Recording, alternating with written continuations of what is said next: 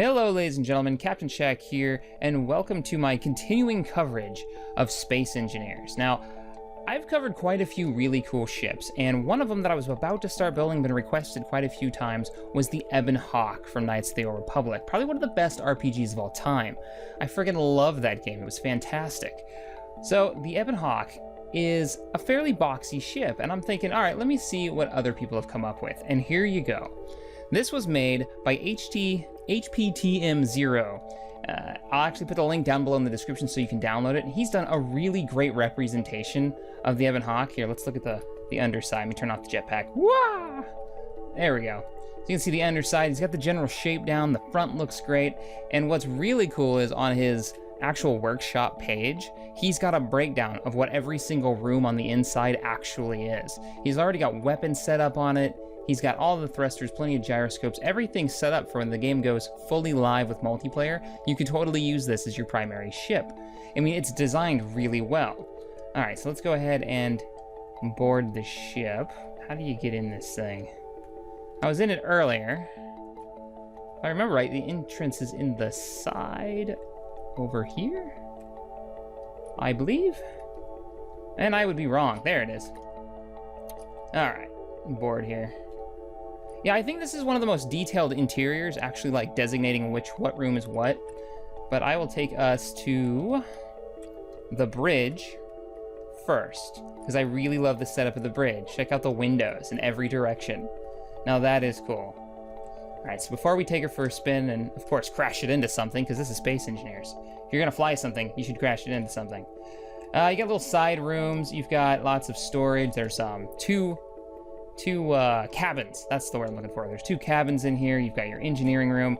This is the reactor rooms. So the thing's got plenty of power. The back end, this is supposed to be engineering, but actually all it has is the gravity generator. So, engineering room, sure. Medic bay, he's even got the medical console, which don't do anything yet. Now, they did just have an update for Space Engineers not too long ago. I think it was like last week, where they added magnetic landing gear. So now you can actually land fighters inside larger ships and magnetically grapple onto the ship. Now, this opens up a lot of cool possibilities. So let's go ahead and take her for a spin. So it opens up a lot of cool possibilities. You can grab onto items and then like throw them after you get them up to speed and use them as a weapon.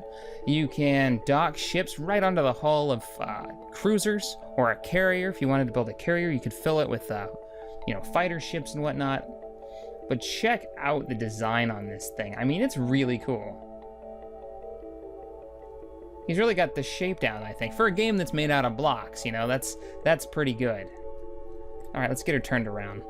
She's got 9 gyroscopes and turns pretty quickly, 3 landing gear, and 784 gigawatts of power. So I think that's only, what is that? I think that might be 3 of the medium reactors, of the smaller reactors.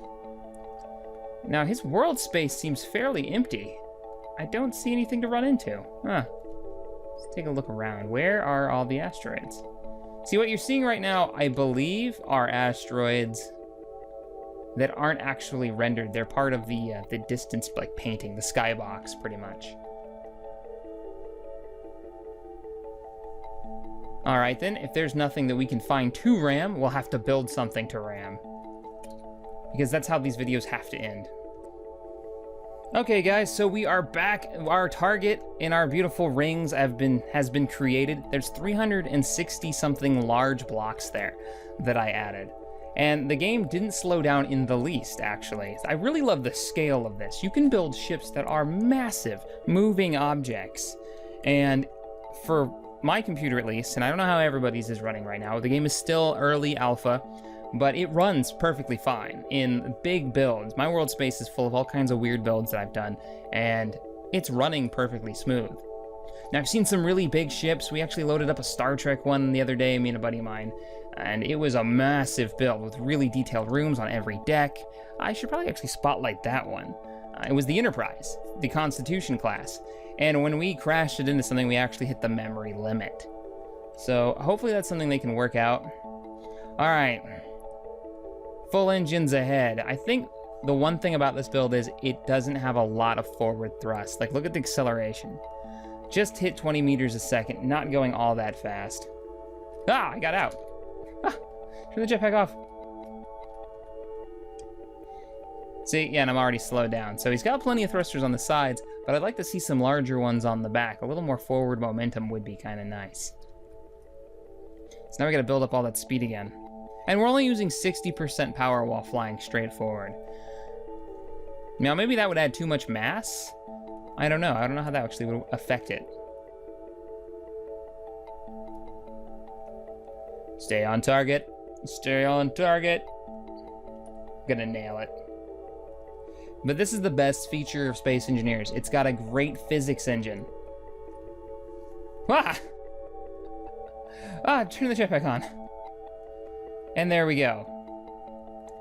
Now, since this object doesn't have a gyroscope, it'll continue to spin out of control, whereas our ship is still floating away at like Mach speed. Come back! I wanted to see the damage. Yeah, so you can see it's gonna continue to spin if it doesn't have a gyroscope.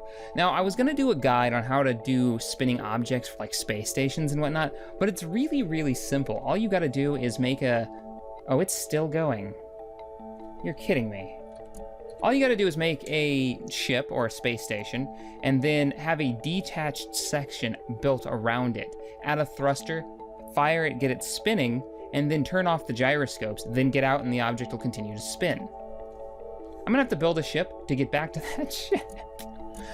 Okay. Why is that floating away?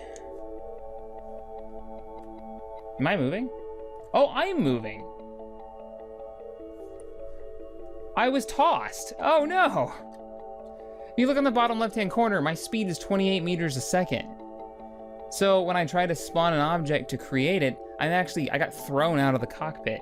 It's just this little tiny dot on the horizon now. Goodbye, Ebon Hawk.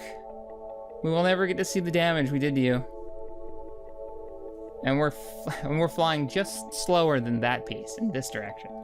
I can even kick on. Let me switch to... There we go. There we go. My jetpack was still off. Okay, so I stopped the speed. If you don't turn your jetpack on, you won't stop. I thought it was already on.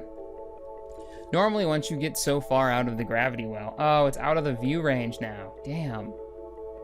Once you get so far out of a gravity well of a ship or a station, you'll normally turn on your jetpack automatically. That's pretty funny. I don't actually know where it went. Oh, well. All right, guys. Well, that wraps up this episode. And this, the Ebon Hawk Spotlight. I recommend you guys check this one out, download it, give it a flight. It's actually pretty cool. All right, guys. If you enjoyed this video, hit that thumbs up button, subscribe here to TGN for more gaming goodness, and as always, thanks for watching. I will see you guys next time. Lost in space.